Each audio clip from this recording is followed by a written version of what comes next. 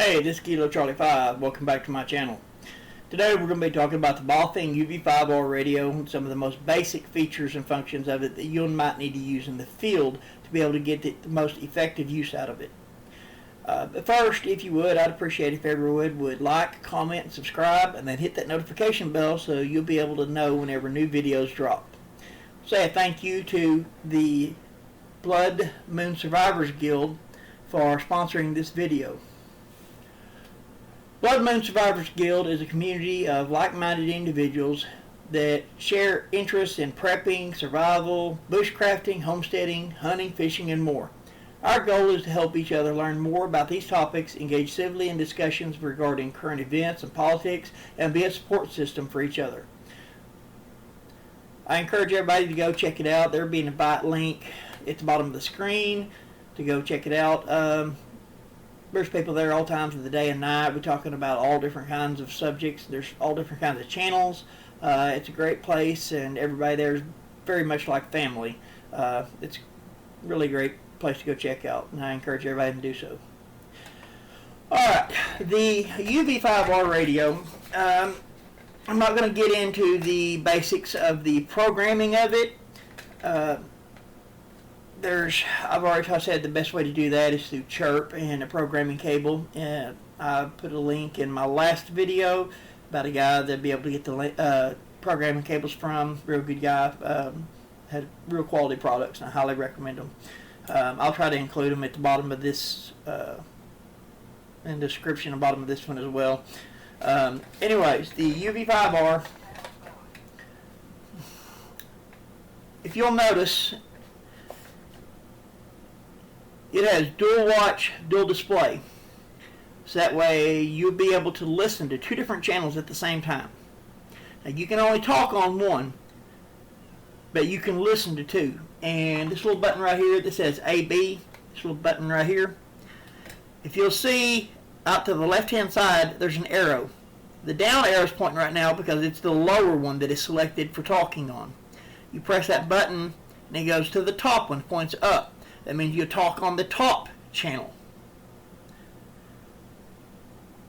And this is useful for, I typically put my primary comms channel at the top, and then if I want to monitor a second one, like whenever I'm on a fire call, firefighter, and I'll have the fire department channel on the top one, and then I will monitor like a sheriff's department or forestry or something on the bottom one, so that way I'll be able to know what's going on from them. But when I want to talk, it'll automatically go on the top one there with the on my comms channel.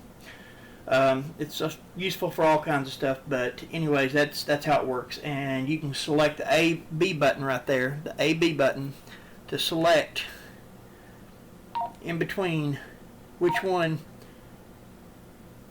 you talk on.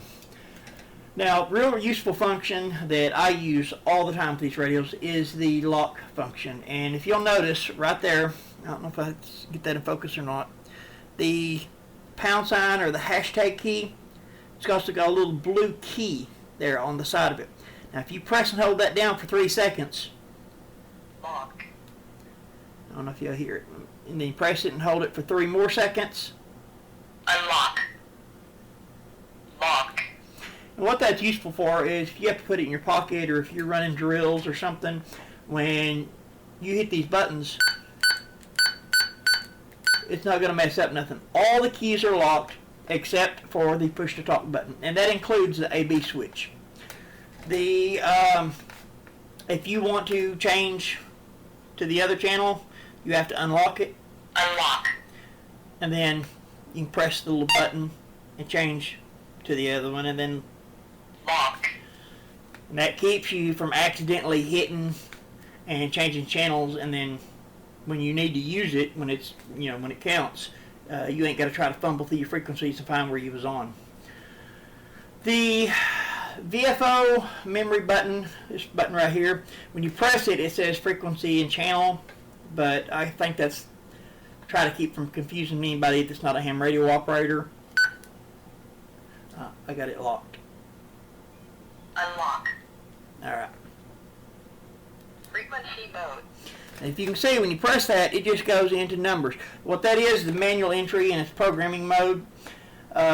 If somebody gives you a frequency that you need to know, a lot of times if I don't have pen and paper, you just punch it in there. Whatever one it's on, see right now it's on the bottom one. So somebody tells me, hey, let's meet on 155-490. Then I can just punch in 155-490. And you see it's punched in there at the bottom. And if you're talking on simplex, which is just radio to radio, you can use that to punch it in, and you can talk from there too. It's not just a loading screen. You can actually talk on that channel. Now on repeaters, because repeaters, unless it's the simplex repeater, the way they work is you talk on one frequency, receive on the other.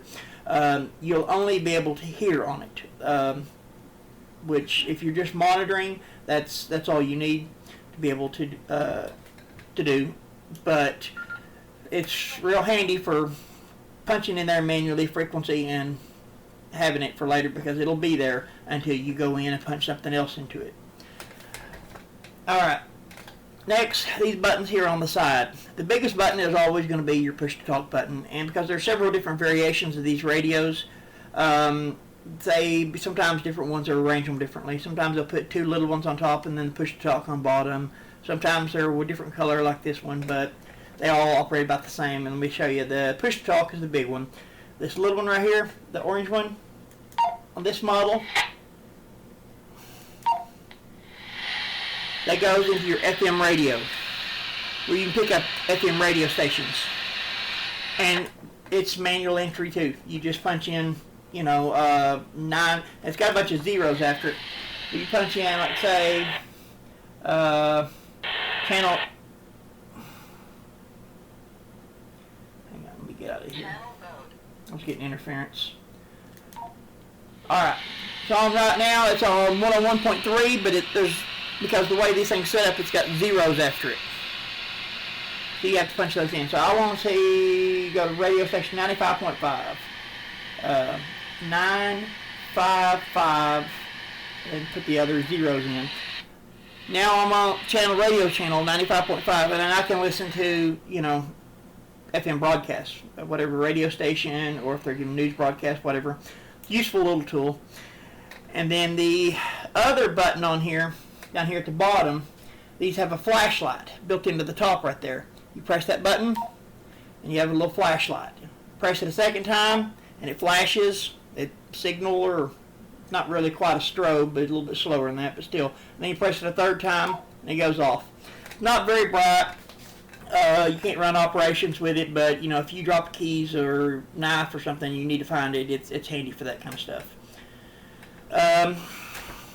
So I've already said in the last video, whenever your hand mic port right here on the side of it, your external like shoulder mics, throat mics, the earwig piece, all that, they plug into the side there, all your accessories. You got to make sure it's firmly seated, because sometimes you think it's in and it's not. You got to make sure that's pushed in good and firm. Your battery on the back, above the belt clip, is the little battery release. You push that down, your battery slides out. Slide it back in. You don't have to hold it down to push it back in. To push it back in, you just put it in and just push it in. It automatically locks in. Your antenna. If these are dual band, and so are the antennas, so if you're normal one like this, you don't have to worry about changing the antenna out. But if you have a tri-bander, then you'll have to, it'll talk on 144 megahertz band, the 440 megahertz band, but then that third band on the tri-band is the 220 megahertz band. And for that band, if you're going to use that, you have to use the other antenna they send with it. And how you know which is which, you unscrew the antenna and then you look inside there. I don't know if you can see the frequencies that's rated for. It's not wanting to focus, but you can see the text in there, and it'll tell you which one. And the 221 will say that it's rated for I believe it's the 144 megahertz band and the 220 megahertz band. if you try talking on 440, well, you have a antenna that won't cover that band, or try talking on 220 when you have the 2 meter 440 band. Your SWRs are going to be sky high. You won't be able to get out anywhere. The reception will be crap. I mean, you maybe talk 100 yards if you're lucky, and you could do damage to your radio. So make sure you got the right antenna on for the band you're going to be talking on if you have a tri-bander. That pretty much covers it for this. Be watching. I'm going to be dropping a couple more videos in the next few days, discussing some antennas and how to make some emergency antennas in the field. Some cheap ways to make some homemade antennas so you don't have to pay the high dollar prices for the factory made ones. Some of the best antennas in the world are homemade ones, and any ham radio operator will tell you that. I think that about wraps it up for here. Make sure and check in the description. I will put some of my Amazon associate links for radios like this and some other goodies in there. And even if you don't buy what that link is for, if you go ahead and do your Amazon shopping anyways, from there, I will get a little commission because you come there off of my link. So make sure and check that out. And then also I will be putting that Discord invite link for the Blood Moon Survivors Guild in there. So definitely go check them out and get in there and talk to some people and learn some. There's a lot of knowledge floating around in there. Go check that out and be watching for my next video to drop. And don't forget to like, comment, and subscribe. And if you would, hit that notification bell, and then you'll know when my new videos drop. And that wraps it up, guys. So this is Kilo Charlie 5 signing out, and we'll see you in the field. Y'all have a good one.